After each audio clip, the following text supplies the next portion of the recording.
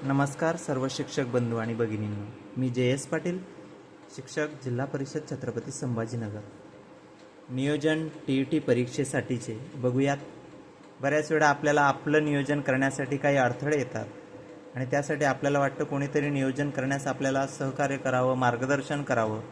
त्या निमित्ताने माझा छोटासा तुमच्या अभ्यासाच्या नियोजनामध्ये मदत होण्यासाठीचा हा प्रयत्न. आणि जर आपणास हे नियोजन व्यवस्थित वाटत असेल तर आपण ते नक्की फॉलो करू शकतात. आणि मला खात्री आहे जर अशा प्रकारच्या नियोजनाने तुम्ही साधारणपणे 20 जूनपर्यंत जरी अभ्यास केला तर तुम्ही नक्कीच या TET परीक्षेतून पात्र होऊ शकतात आणि आपलं पुढील जीवन किंवा पुढील नोकरीसाठीचं जे आयुष्य आहे ते अतिशय समाधानाने आणि आनंदाने जगणार आहात. चला तर मग बघूया नियोजन TET पेपर 1साठीचं. बघा, अल्पपरिचय माझा तुम्हाला देतो. मी JS. Patil, TET paper 1-2, CTET paper 1-2 पात्र आणि 2022च्या टेट परीक्षेमध्ये 127 गुण घेऊन छत्रपती संभाजीनगर जिल्हा परिषदेमध्ये शिक्षक म्हणून कार्यरत आहे. तर बघूयात, आपल्याला पेपर 1मध्ये एकूण 5 विषय दिले आहेत. तर पहिला विषय दिला या ठिकाणी मराठी, नंतर दिलेला आहे इंग्रजी, गणित, मानसशास्त्र, परिसर. परिसरमध्ये एकूण इतिहास, भूगोल, नागरिकशास्त्र आणि विज्ञान असे 4ही विषयांचा समावेश होतो. सुरुवातीला मी तुम्हाला संदर्भ ग्रंथ सांगेल की कशा प्रकारच्या या संदर्भ ग्रंथांचा तुम्ही वापर करायचा आहे आणि त्यानुसार तुम्ही अभ्यासाचं नियोजन तुम्हाला या ठिकाणी उजव्या बाजूला दिलं आहे. मी ते प्रत्येक तुम्हाला वेळेनुसार समजावून देईल. बघूया, पहिलं मराठी. मराठीसाठी अतिशय बेस्ट आणि शॉर्ट मेथडने कुठल्याही प्रकारे आपल्याला कोणत्याच विषयात तज्ज्ञ व्हायचं नाही आहे. आपल्याला पात्रता मिळवायची आहे आणि ते पात्रता मिळवून आपल्या मुलांसाठी त्या ज्ञानाचा उपयोग करायचा आहे. म्हणून या ठिकाणी मराठीसाठी बाळासाहेब शिंदे सरांचं अतिशय छान पुस्तक आहे. त्याची सुरुवातीला टॉपिक वाचणे, टॉपिक वाचून नंतर प्रश्नावली सोडवणे अशा क्रमाने गेले तर मराठी विषयामध्ये 25 गुणांपर्यंत आपण सहज शक्य आपल्याला की तिथपर्यंत आपण पोहोचू शकतो. इंग्रजीसाठी सुद्धा बाळासाहेब शिंदे सरांचं पुस्तक आहे. त्यामध्ये सुद्धा आता इंग्रजी विषय जरी आपल्याला डिफिकल्ट वाटत असेल पण मागच्या PYQ नुसार जर आपण गेले त्या प्रश्नांचं ॲनालिसिस केलं आणि त्यानंतर कठीण टॉपिक, उदाहरणार्थ डिरेक्ट इनडिरेक्ट असेल, बघा डिग्री वगैरे असे जे मोठे मोठे टॉपिक असतील ते थोडे समजून घेतले तर नक्कीच आपल्याला यामध्ये सुद्धा 15 ते 20 मार्क येऊ शकतात.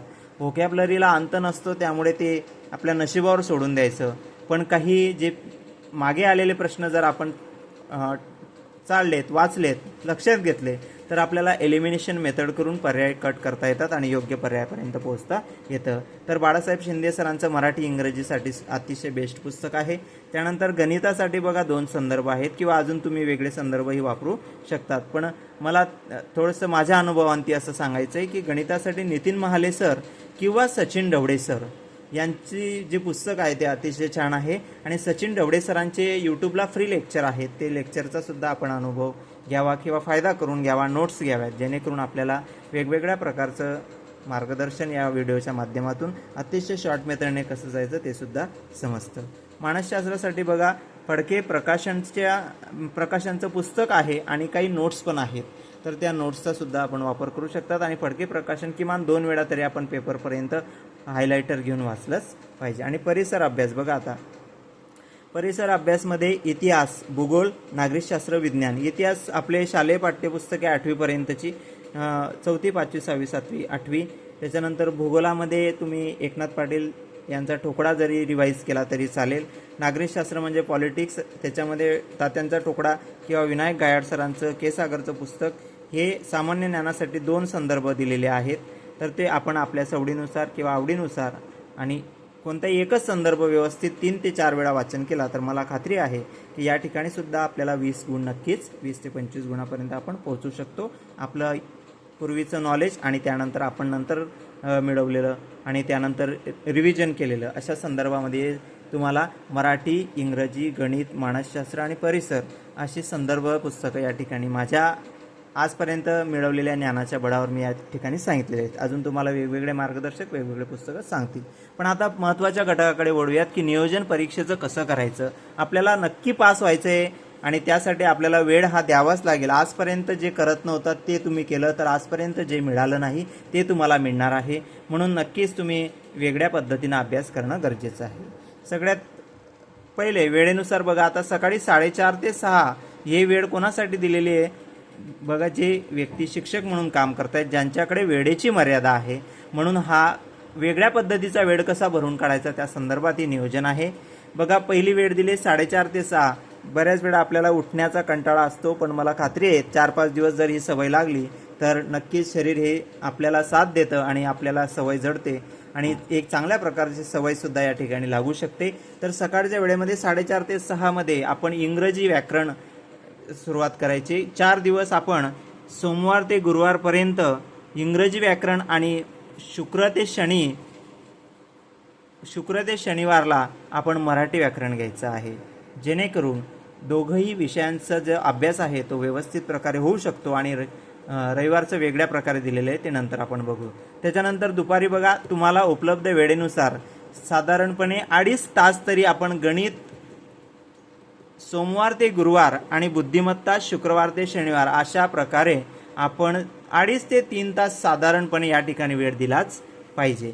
नंतर दुपारचा टप्पा संपल्यानंतर रात्रीचा टप्पासुद्धा आपला व्यवस्थित असला पाहिजे. 2.5 तासांचा किंवा 2 तास जरी असले तरी पण निश्चित आणि नियमित असला पाहिजे. रात्री 8:30 ते 11 या कालावधीमध्ये परिसर सोमवार ते गुरुवार. परिसर म्हणजे काय, तर या ठिकाणी सांगितल्याप्रमाणे इतिहास, भूगोल, नागरिकशास्त्र. आणि त्यानंतर सोमवार ते गुरुवार परिसर म्हणजे 3 विषय झाल्यानंतर मानसशास्त्र शुक्रवार ते शनिवार. बघा, छोटं पुस्तक आहे फडके पब्लिकेशनचं आणि त्यावर आधारित प्रश्नावली. अशा प्रकारे रात्री 8:30 ते 11 सोमवार ते गुरुवार परिसर आणि शुक्रवार शनिवार मानसशास्त्र. अशा पद्धतीनं जर नियमित आपण आठवडाभर अभ्यास केला आणि त्यानंतर जाऊयात रविवारकडे. रविवारी काय करायचं बघा, रविवारी असं नाही की मग आज रविवारी आराम करूया, सुट्टी घेऊ. जोपर्यंत उत्तीर्ण होत नाही तोपर्यंत सुट्टी नाही. जब तक तोडेंगे नाही तब तक छोडेंगे नाही, हा नियम आपल्याला लागू करायचा. या ठिकाणी 4:30 ते 6 मध्ये रिव्हिजन करायचे. आठवड्याभरामध्ये आपण इंग्रजीचं आणि मराठीचं काय वाचलं.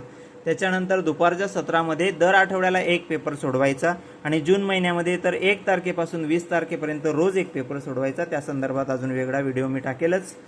पण इथे किमान दुपारी सराव पेपर म्हणजे एप्रिल आणि मे महिन्यामध्ये 4 आणि 4 8 रविवार जरी पडले तर 8 सराव पेपर आपले सोडवून झाले पाहिजे आणि आपणच त्याचं ॲनालिसिस करायचं आहे. रात्रीच्या वेळेस सुद्धा रविवारी रिव्हिजन करायची. बघा, अशा प्रकारे एक आणि यामध्ये तुम्ही तुमच्या वेळेनुसार लवचिकता आणू शकतात आणि आपलं टाइम टेबल एक छान प्रकारे बनवायचं आहे, ते तुम्ही बनवू शकतात. बघा, अजून एक महत्त्वाची सूचना अशी आहे की इतिहास, मानसशास्त्र, इंग्रजी व्याकरण या संदर्भामध्ये काही तुम्हाला शॉर्ट नोट्स माझ्याकडे आहेत, पण त्या पेड स्वरूपामध्ये असतील. तर तुम्हाला त्या हव्या असतील किंवा पास होण्यासाठी संपर्कात राहायचं असेल तर नक्कीच हा माझा व्हॉट्सअप क्रमांक या ठिकाणी दिलेला आहे. तुम्ही नोट्स घेऊ शकणार असाल तर मला नक्कीच या व्हॉट्सअपला हाय म्हणा, कॉल करा. आणि नोट्स घेतल्यानंतर बघा, पास होईपर्यंत संपर्कात राहून तुम्हाला मार्गदर्शनसुद्धा केलं जाईल. हा एक तुमच्यासाठी बेनिफिट आहे. अर्थात तुम्ही म्हणणार हा पैसे कमवण्याचा उद्योग आहे का? नाही.